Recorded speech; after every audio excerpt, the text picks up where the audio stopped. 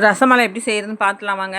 ஒரு கனமான பாத்திரம் எடுத்துக்கலாம். அரை டம்ளர் தண்ணி ஊற்றி நல்லா தண்ணி கொதிச்சு வரட்டும். அப்போ பால் எடுத்து ஊற்றணும்னா பால் வந்து அடிப்பிடிக்காது. இப்போ 2 லிட்டர் பால் ஊற்றிருக்கேன். இப்போ நல்லா பொங்கி வரட்டும். வினிகர் ஒரு கண்டி ஊற்றிட்டு அரை டம்ளர் தண்ணி ஊற்றி நல்லா மிக்ஸ் பண்ணி எடுத்துக்கலாம். இப்போ பால் நல்லா பொங்கி வந்துருச்சு. இப்போ வினிகர் நல்லா சுற்றி ஊற்றி நம்ம கலந்து எடுத்துக்கலாம். ஒரே மொத்தமாக ஊற்றணும்னா பால் ரொம்ப உடையாது. இந்த மாதிரி கொஞ்சம் கொஞ்சமாக ஊற்றி கலந்தோம்னா பால் ஃபுல்லாக உடஞ்சிரும். உடஞ்ச பால் இப்போ வெடிக்கட்டி எடுத்துக்கலாம். வெள்ளை கலர் துணி போட்டு. இப்போ ஒரு பவுலில் பச்சை தண்ணி வச்சு நல்லா அலசி எடுத்துக்கலாம். இப்போ அலசி நல்லா புழிஞ்சு எடுத்துட்டேன். இப்போ பிளேட்டில் மாற்றிக்கிறேன். இப்போ நல்லா உள்ளங்கை கொடுத்து அழுத்தம் கொடுத்து நல்லா பிசைஞ்சு எடுத்துக்கலாம். மாவு பிசைடாமல் நல்லா பிசைஞ்சு எடுத்தோம்னா சாஃப்டாக ஆகிடும். இப்போ ஈர துணி போட்டு நல்லா மூடி வச்சுக்கலாம். 4 ஹவர் ஊறட்டும். இப்போ 4 ஹவர் ஆகிடுச்சி. இப்போ நம்ம மறுபடியும் நல்லா பிசைஞ்சு இதை உருண்டை பண்ணி ப்ரெஸ் பண்ணி எடுத்துக்கலாம்.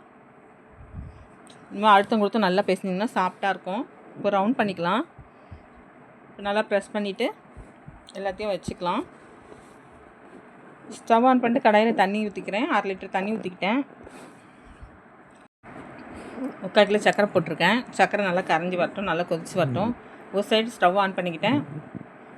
பவுலில் பால் ஊற்றிக்கிட்டேன்.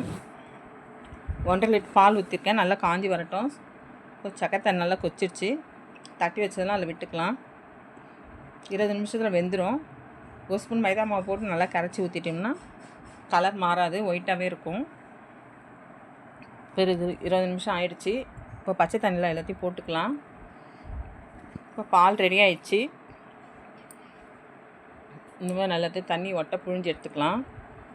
முந்திரி பாதம் போட்டுக்கலாம்.